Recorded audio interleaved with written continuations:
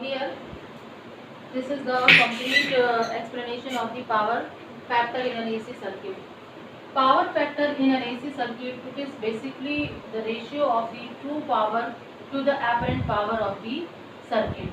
Now we have a expression of the average power EV IV cos phi.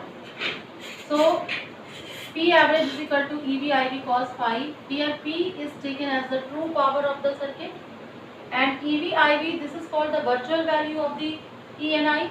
So this product is called the virtual apparent power of the circuit. So that is why from this expression we can write the cos phi is equal to P upon EV IV. Cos phi is equal to P upon EV IV, where P is the true power and EV IV is the apparent power. So we have got this ratio of the true power to the apparent power. Now the expression of cos phi we can write in terms of the R and Z. What is Z? Impedance of the AC circuit. So this expression we can get from the impedance triangle. Impedance triangle, we have a right angle triangle in which there is a phase angle between the value of the resistance and the impedance of the AC circuit, because we have a combinations of the elements of AC circuit.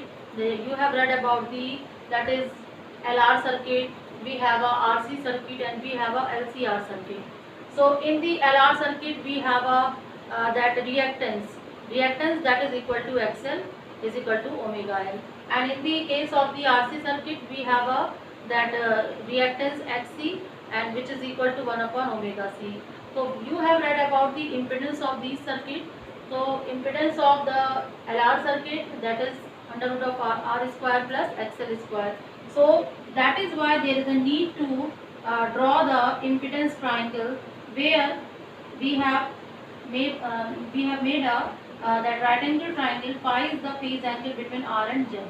So this value is R and this value is can be XL, can be XC, and can be XL minus XC in the case of the LCR circuit. So from this right angle triangle, the value of cos phi, if you will get from here, the value of cos phi will come out to be R upon Z. So this cos phi is equal to R upon Z. It is the general expression of the power factor, and this general expression of the power factor from this impedance triangle we will apply for the different combination circuit.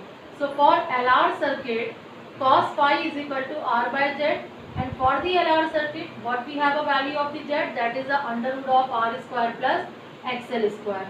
So this is the formula of the power factor in the case of LR circuit. Now in the case of RC circuit, cos phi is equal to R by Z again, and in the case of the RC circuit we have a impedance under root of R square plus XC square. And in the case of LCR circuit, cos phi is equal to R by Z, and in the case of LCR circuit, now this reactance will be taken as XL minus XC. So that is why the impedance will come out to be under root of R square plus XL minus XC whole square. So these are the expression of the power factor in combination circuit, AC circuit. Now we have read about the condition at resonance. So for LCR circuit at resonance, we know that at resonance XL is equal to XC, and the circuit behave purely resistive circuit. So that is why in the purely resistive circuit the XL is equal to XC. When XL is equal to XC, this expression will become 0. So Z will be equal to what? Z will be equal to under root of R square, means Z is equal to R. So at resonance the circuit will behave just like a purely resistive circuit, and the impedance will be minimum, that will be equal to R. So when this condition you will apply in this formula, cos phi is equal to R by Z. So Z will be equal to R in the case of the resonance circuit LCR, and this comes out to be 1. And this cos phi is equal to 1 is called the maximum value of the power factor.